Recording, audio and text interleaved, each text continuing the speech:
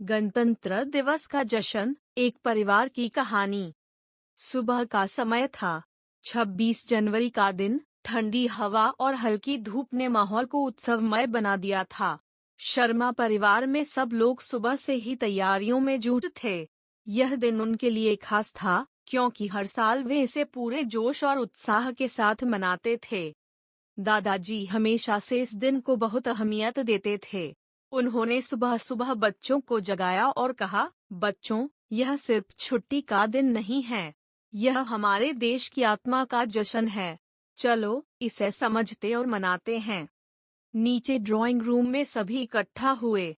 दादी ने तिरंगा निकालकर उसे बड़े प्यार से संभालते हुए बच्चों को दिया और कहा, इस तिरंगे को संभालना भी हमारी जिम्मेदारी है।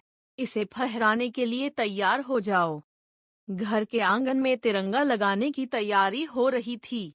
8 साल के अनु और 10 साल के रोहन ने झंडे के पास फूलों की माला बनाई। झंडा फहराने के बाद सबने साथ मिलकर राष्ट्रगान गाया। उस पल में हर किसी के चेहरे पर गर्व और खुशी थी। तभी दादाजी ने बच्चों को पास बुलाया और अपने बचपन की कहानी सुनाई। उन्होंने बताया, मैंने आजादी के संघर्ष के बारे में अपनी आंखों से देखा है।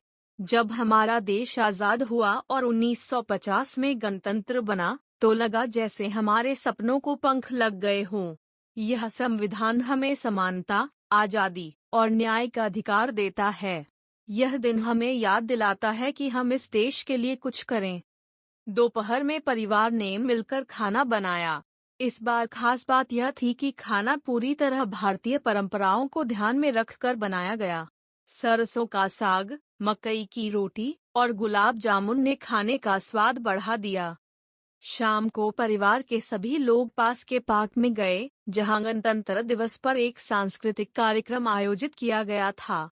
अनु और रोहन ने वहां एक देशभक्ति गीत पर नृत्य किया। उनकी प्रस्तुति देखकर दादाजी की आंखें गर्व से चमक उठीं। रात को सोने से पहले सभी ने मिलकर एक खास फैसला लिया। उन्होंने तय किया कि इस साल वे समाज के लिए कुछ करेंगे।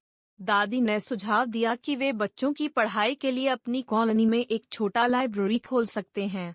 सबने इस विचार को खुशी खुशी अपनाया। इस तरह गणतंत्र दिवस